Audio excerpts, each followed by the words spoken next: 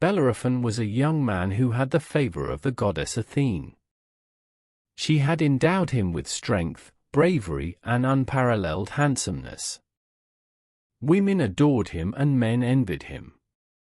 While he was staying in the palace of King Proetus, his wife, Antiaea, fell madly in love with him. But Bellerophon honored the hospitality and declined her love. The rejection made the queen angry and she decided to avenge him. "Bellerophon tried to seduce me," she lied to her husband. King Proetus was enraged. But he could not punish him, because if he did so, he would not respect Zeus's scared law of hospitality and the gods would be angry. He had to come up with another trick. So he called Bellerophon and told him, "I have an important message for Iobates, my wife's father. I need a messenger that I can trust. Will you take on this mission?" Bellerophon accepted immediately. When Bellerophon reached the kingdom of Lycia, King Iobates greeted him with open arms and a wide smile. "I've heard of you. Welcome to my palace. You must be tried by the trip. My daughter, Philono, will lead you to your chamber. Tonight you are a guest at the dinner that I will throw in your honor." As soon as Bellerophon went to his room, Iobates read the letter that his son-in-law had sent him and his joy faded at once. "Your Majesty, I want you to know that the messenger of this message tried to disgrace Antiaea. The scared law of hospitality prevented me from killing him, but you do know how to make him disappear." Iobates found himself in a difficult position. He did not have the right to kill Bellerophon either, since he was his guest too. He had to think of something else. When the young man went to dinner, the king asked him if he had heard of the Amazons. "Of course," Bellerophon replied. "They are fearless horsewomen and use the bow better than any other mortal. Seeing that you know them, I want to ask you a big favor." The king remained silent for a moment and looked Bellerophon straight in the eyes. "The Amazons invade my kingdom and capture my strongest men in order to couple with them and give birth to beautiful children. And after that, they kill them. If you manage to exterminate them, I shall give you my daughter, Philono, to be your wife. Tomorrow, at dawn, I will go meet the Amazons," the young man replied without hesitation. At night, Goddess Athene appeared in Bellerophon's dream. She was wearing her helmet and was holding her spear and shield that was adorned with Medusa's head. The monster's look seemed so vivid that whoever looked at it was immediately petrified. Athene gave him a strange advice and Bellerophon did not immediately understand what it meant. "The helmet shall you wear, your handsomeness shall you hide. Your back suddenly shall you turn, your face shall you reveal, and the queen shall you win."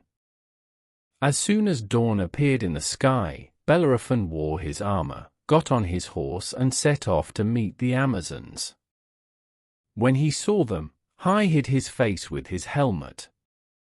The fearless warriors approached him and, when they reached him, their queen got off her horse and went towards him. "You are either very naive or very brave," she shouted at him.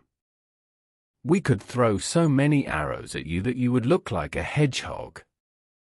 But such a battle would be unfair. That's why I challenge you to a duel.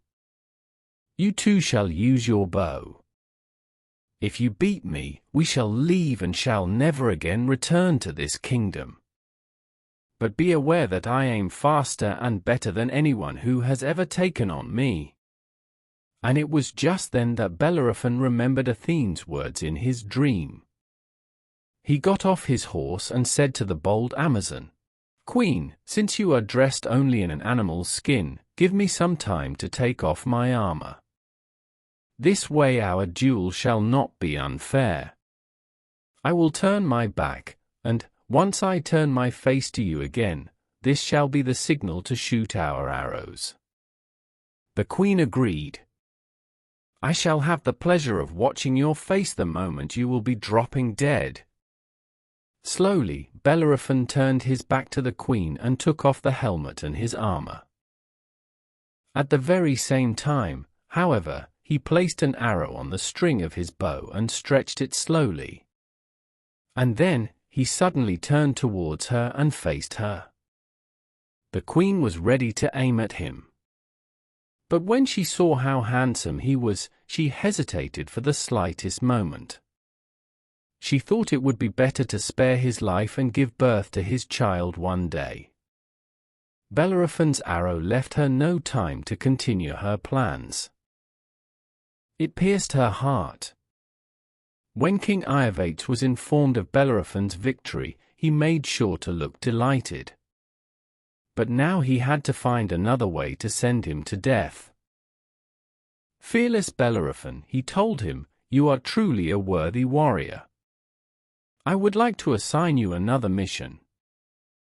"I'm not afraid of anything or anyone," Bellerophon replied.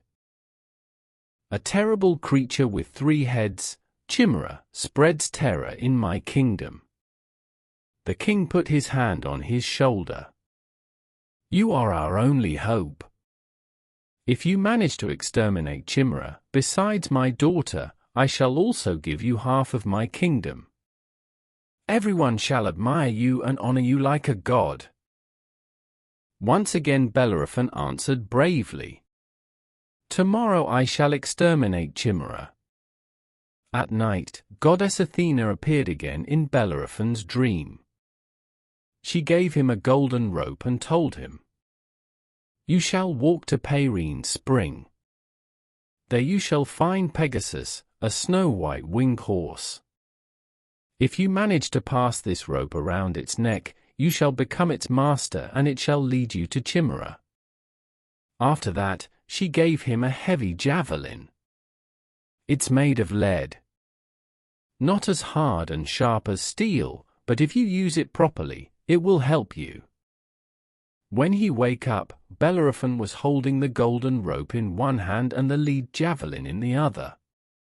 When he reached the spring, he saw the white horse with the large wings and, with a skillful movement, managed to pass the golden bridle around its neck.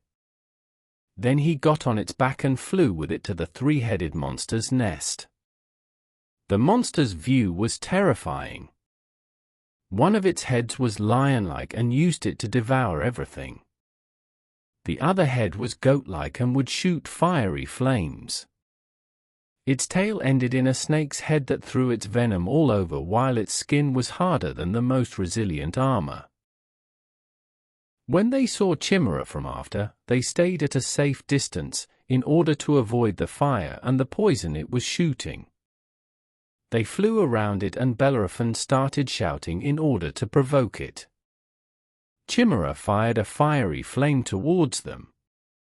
But then, Bellerophon threw his javelin inside its incandescent mouth. The lead melted immediately and rolled inside the monster's throat, reaching its heart.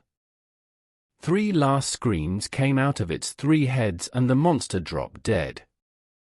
This is how Bellerophon exterminated Chimera.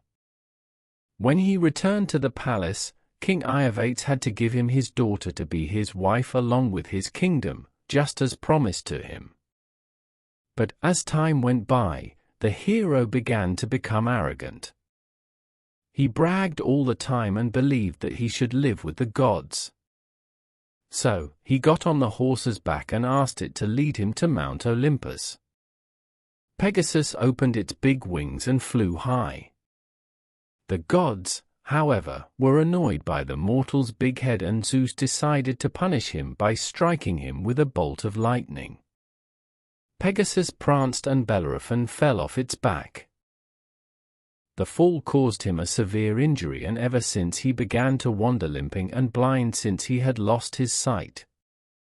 And so, he learned his lesson well for being arrogant. The white-winged horse continued its course to the sky. Even nowadays, we can see it among the stars, in a constellation that has its name, Pegasus.